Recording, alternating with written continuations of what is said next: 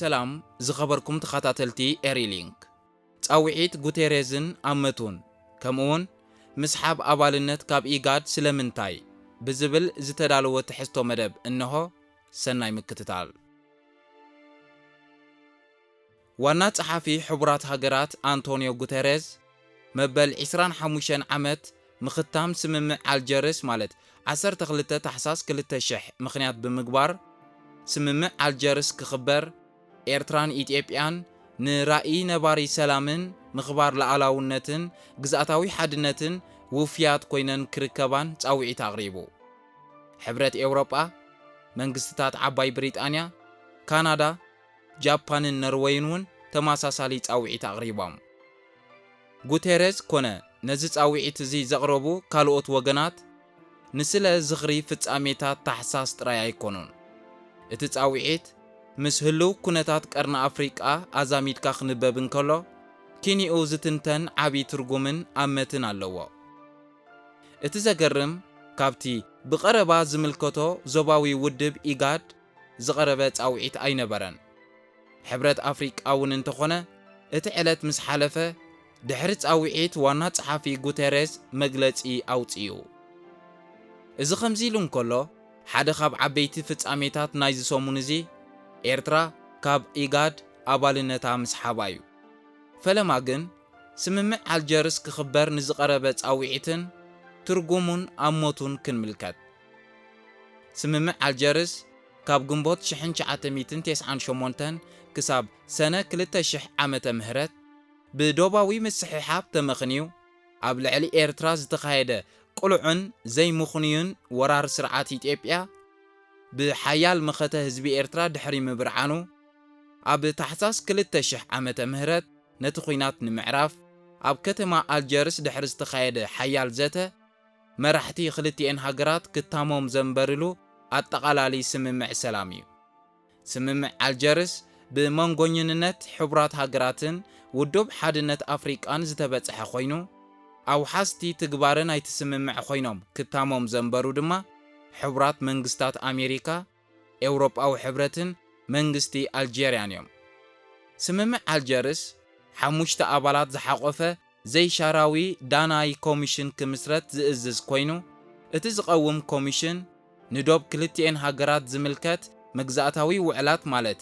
ፐርቲነንት ኮሎኒያል ትሪቲስ 1900 1902 1908 ከምኡውን ምስ ጉዳይ ዶባት ተዛማድነት ዘለዎ ኣህግራዊ ሕጊ ማለት ኣፕሊካብል ኢንተርናሽናል ሎው ምርኩስ ብምግባር ይግባይ ዘይበሃሎ ናይ መወዳእታን ቀያድን ብይን ክህብን ብይን ምስ ሃበ ዶባት ኣብ ባይታ ከመልክትን ስልጣን ዘሰከሞ ታሪኻዊ ስምምዕ እዩ በዚ ውዕል እዚ ዝቆመ ብፍሉጥ ኣህግራዊ ፕሮፌሰር ሕጊ ሰር ኢለሁ ላውተር ፓኽት ዝተመርሐ 5 ኣባላት ዝርከብዎ ኮሚሽን ዶብ ኤርትራን ኢትዮጵያን ኣብቲ ዝቐጸለ ልዕሊ 1 ዓመት ክልቲኦም ወገናት ሕጋዊ ጭብጥታቶም ከቕርቡ ዕድል ብምሃብ ብክልቲኦም ወገናት ዝቐረበ መርትዖታት ብምምርማር ስምምዕ አልጀርስ ብዘሰክሞ ሓላፍነት መሰረት ዝምልከቶም መግዛእታዊ ውዕላትን ተዛማዲ ኣህግራዊ ሕግታትን ምርኩስ ብምግባር ብ13 ሚያዝያ 2002 ውሳኔ ይውሂቡ ድሕሪ ውሳኔ ናይቲ ኮሚሽን እቲ ዝቕጽል ዕማም ነቲ ዶባት ኣብ ባይታ ምምልካት እዩ ዝነበረ ኮሚሽን ዶብ ብዘውፅኦ ናይ ግዜ ሰሌዳ መሰረት ድማ ክሳብ ሕዳር 2003 ምምልካት ዶብ ኣብ ባይታ ተወዲኡ እቲ ጉዳይ ሓንሳብን ሓዋሩን ክዕጾ ይግባእ ነይሩ የግዳስ መንግስቲ ኢትዮጵያን ደገፍቱን ዶብ ክሕንጸጽን ክምልከትን ድሌት ኣይነበሮምን ድሌቶም ንኤርትራ ኣብ ትሕቲ ቐጻሊ ወተሃደራዊ ወጥሪ ጆሆ መሓዝ እዩ ዝነበረ በዚ ምኽንያት ፍጻሜ ናይቲ ብይን ንምዕንቃጽን እቲ ኮሚሽን ካብ ሕጋዊ ሓዲድ ኣንደል ሂጹ ከም ዝህውትት ንምግባርን ጸባጺብካ ዘይውዳእ ዕንቅፋታት ፈጢሮም ብሰር እዚ ዕንቅፋታት እዚ ኣብተን ቀዳሞት 5 ዓመትን መንፈቕን ትግባረ ብይን ክጓተት ክኢሉ ነይሩ ኣብዚ ዝተጠቕሰ እዋን መንግስቲ ኤርትራ ካብ ሕጊ ንምህዳም ዝግበር ምዕልባት ፋይዳ ከም ዘይርከቦ ደጋጊሙን ኣኽሪሩን ብምዝኽኻር وعيلو حاديرو اتو وسانه خمزلو كي تشرارف ختكبر قدنت مخانو انا قلت نخلو عينت تتابعون متخطاخاتن سرعات أديس أبابان أتبابعتون نفسو حيبو بعقل تعقستن بمتقار أب حقاوي مختو إيو تانيعو عمور داتا دما كمتي منغست إيرترا خلو جينا زأموتو سممع الجرسن بين كوميشن دوبن نمبرعان زتقبر كل حقنتات أي سرحن يقداس بسنكتي منغست إيتيبيان أشادنتون زفترو زنبرو معليا زي بلوم وديتات كوميشن دوب إيرتران إيتيبيان سرحو نمفتام بأزيو أشغاري جزي كحلفي تجديدو اتو كوميشن باتي زغطمو انقفاتات دوبات أبايتا خملكتاي كالن يقداس بزي تسفا قريصو زتسكمو حلافنت كاب مفتام يبخورن سممع الجرس بزسكمو حلافنت مسرت نتبين كتغبرو قديتا مخانو بمغنزاب نتحقاو بين بفيرتشوال مملكات أب كارتا أسفيرو عمامو كزازم وسينو بو مسرت أب حدار كلتشحن شوعتن نتي لعلي 6 كيلومتر ززرقاح دوب إيرتران إيتيبيان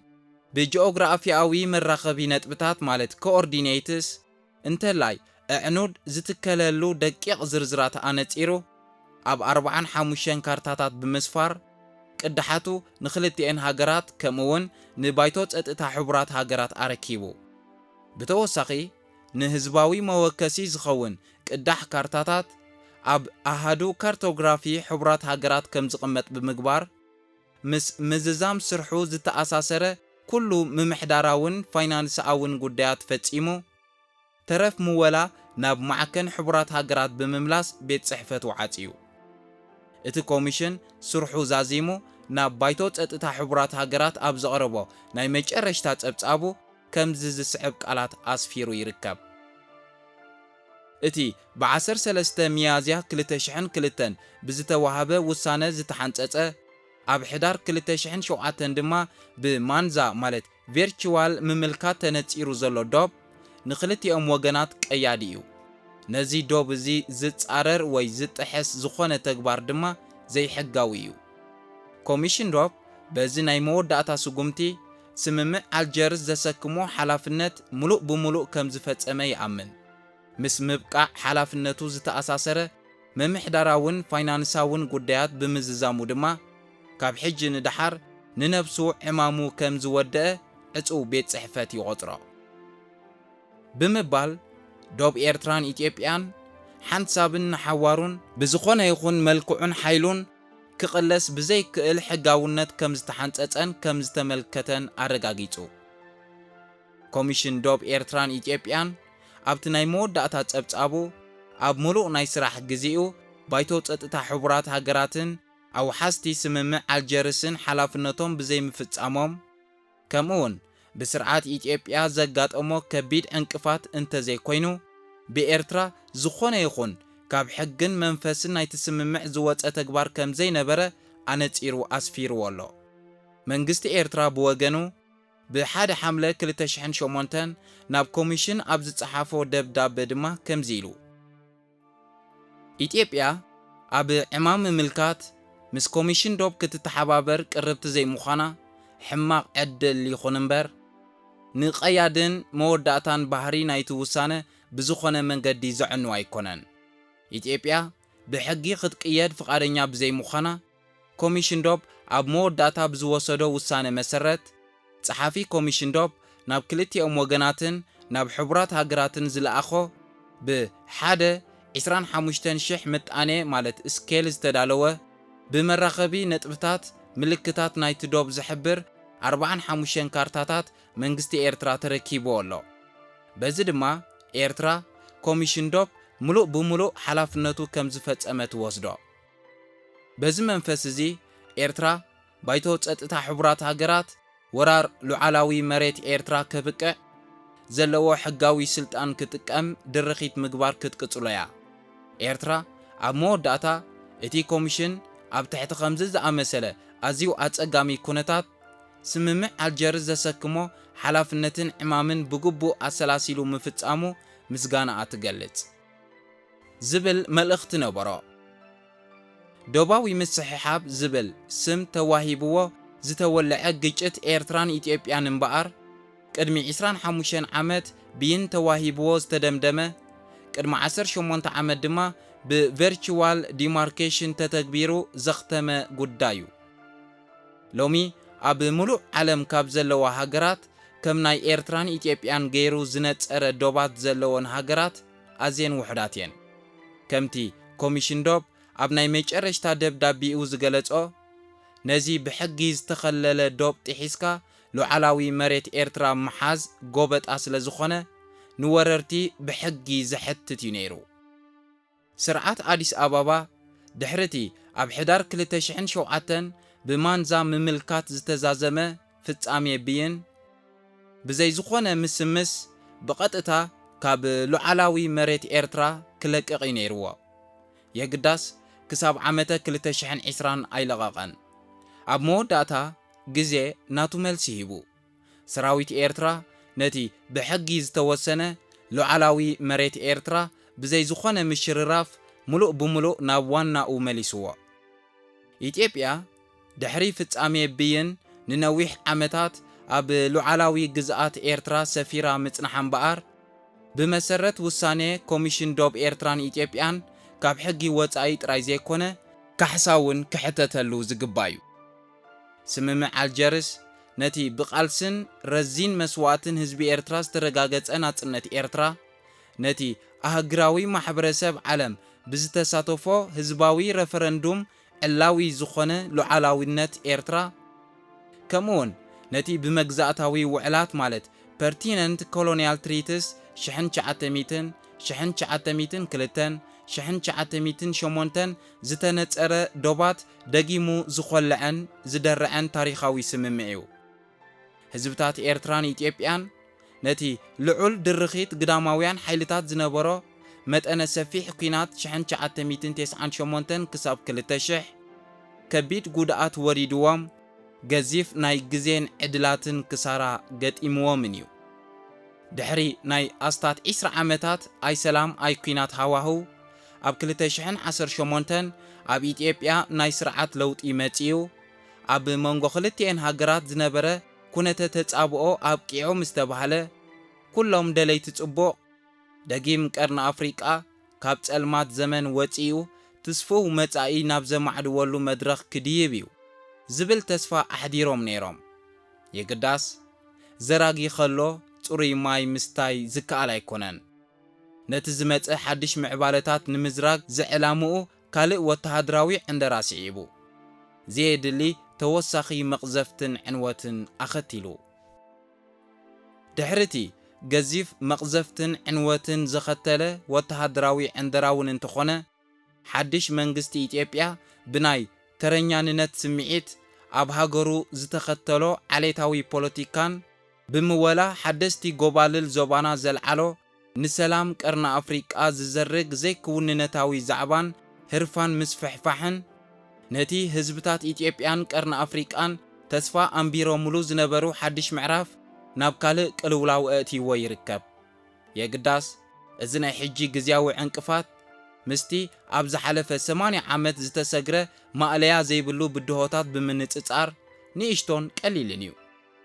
ነዊሕ ኣብ ዘይኮነ ግዜ በኒኑ ኣብ ዞባና ዝተኸስተ ሓድሽ ምዕራፍ ናብ ዝሓሸ ኩነት ክሰጋገር ምዃኑ ድማ ኣየማትእን ዋና ጸሓፊ ባይቶ ጸጥታ ሕቡራት ሃገራት ብምኽንያት 25 ዓመት ስምምዕ ኣልጀርስ ዘቕረቦ ጻዊዒት እምበኣር ብተዘዋዋሪ መንገዲ ወይ ብዲፕሎማስያዊ ቋንቋ ነቲ መንግስቲ ኢትዮጵያ ብድርኺት ግዳማውያን ሓይልታት ኣልዒልዎ ዘሎ ሰላም ናይ ዝኸባቢ ክዘርግ ዝኽእል ዘይክውንነታዊ ዛዕባ ምስፍሕፋሕ ምላሽ እዩ ክበሃል ይከኣል ብኻልእ ኣዘራርባ እቲ መንግስቲ ኢትዮጵያ ኣልዒልዎ ዘሎ ዛዕባ ንስምምዕ ኣልጀርስን ካልኦት ኣህግራዊ ሕግታትን ዝጥሕስ ሉዓላውነት ኤርትራ ዝግህስ ዛዕባ ምዃኑ ዝእምት መግለጺ እዩ እንተኾነ ሕቡራት ሃገራት ኮነ ሕብረት ኣፍሪቃን ካልኦትን ኣብ ክንዲ ብቋንቋ ዲፕሎማሲ ንቻርተራቶም ምርኩስ ገይሮም ንጹር መልእኽቲ ከሕልፉ ዝያዳ ተመራጺ ምኾነ ድሕሪ እዚ ፍጻሜ እዚ ዝመጽእ ካልእ ዓብ ዜና ናይ ዝሰሙን እዚ ኤርትራ ካብ ዞባዊ ውድብ ኢጋድ ኣባልነታ ምስሓባ እዩ ነዚ ዜና እዚ ዝሰምዐ ፈለማ ዝመጾ ሕቶ ኢጋድ ዝበሃል ውድብ ከ ኣሎ ድዩ እንታይ ይገብር እዚ ዞባ ብዝተፈላለየ ጸገማት ኣብ ዝሕመሰሉ ዘሎ ርእይትኡ እንታይ እዩ ድምፁ ዘይስማዕኸ ስለምንታይ እዩ ዝብልን ካልእን ሕቶታት እዩ ውድብ ኢጋድ ኤርትራ ኣባልነታ ምስሓባ ድሕሪ ምፍላጥ ኣብ ዘውፅኦ መግለጺ እቲ ብመንግስቲ ኤርትራ ዝተወስደ ስጉምቲ ከም ዘሕዘኖን ከም ዘሰንበዶን ብምግላጽ ዳግመ ግምት ክግበረሉ ተማሕጺኑ በኣንጻሩ ብዙሓት ተንተንቲ ፖለቲካ ቀርኒ ኣፍሪቃ እቲ ብኤርትራ ዝተወስደ ስጉምቲ ኣዝዩ እዋናውን ኣገዳስን ኮይኑ ሓላፍነቶም ዘንጊዖም መሳርሒ ኮይኖም ንዝርከቡ ኢጋድ ኮነ ሕብረት ኣፍሪቃ ካብ ድቃሶም ዘበራብር ደወል እዩ ክብሉ እዮም ገሊጾሞ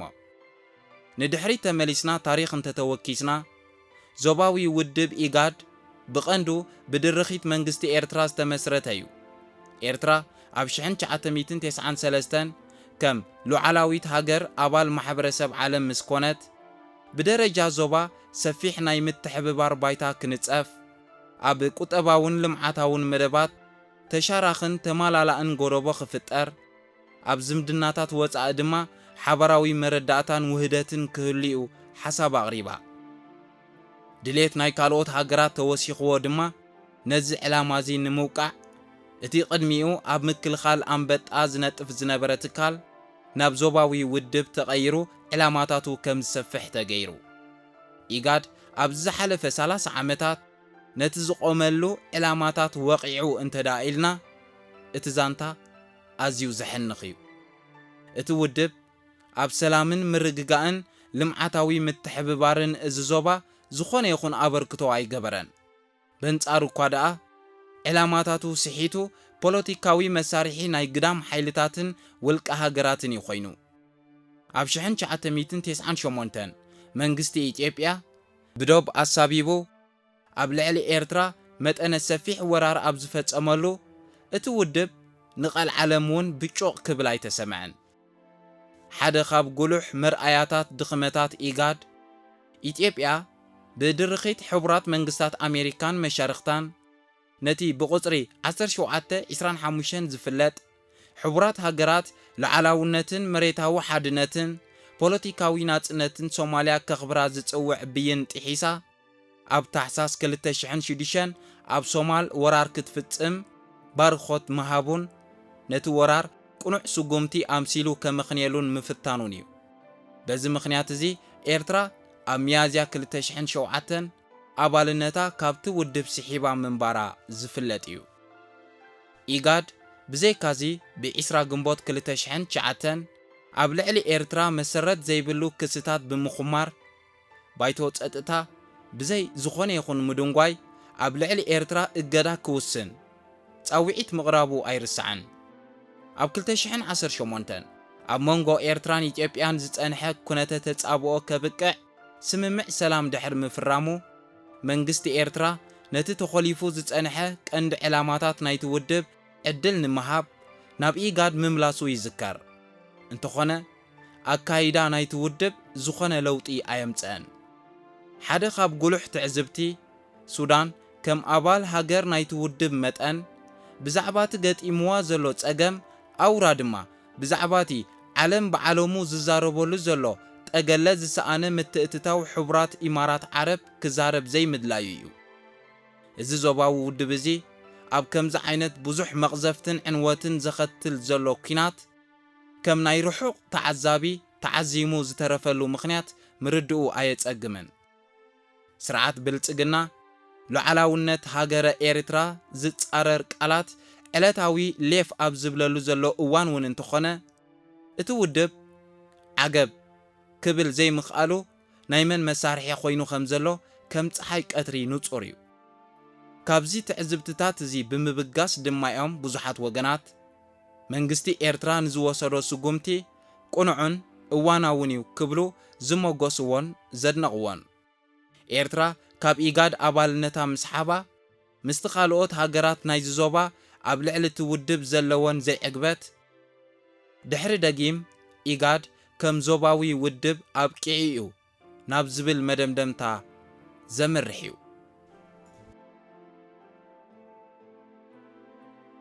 ዝኸበርኩም ተኸታተልቲ ኤሪሊንክ ንጻውዒት ጉተሬዝን ኣመቱን ከምኡውን ምስሓብ ኣባልነት ካብ ኢጋድ ስለምንታይ ብዝብል ዘዳለናያ ትሕዝቶ መደብ ኣብዚ ይፍጸም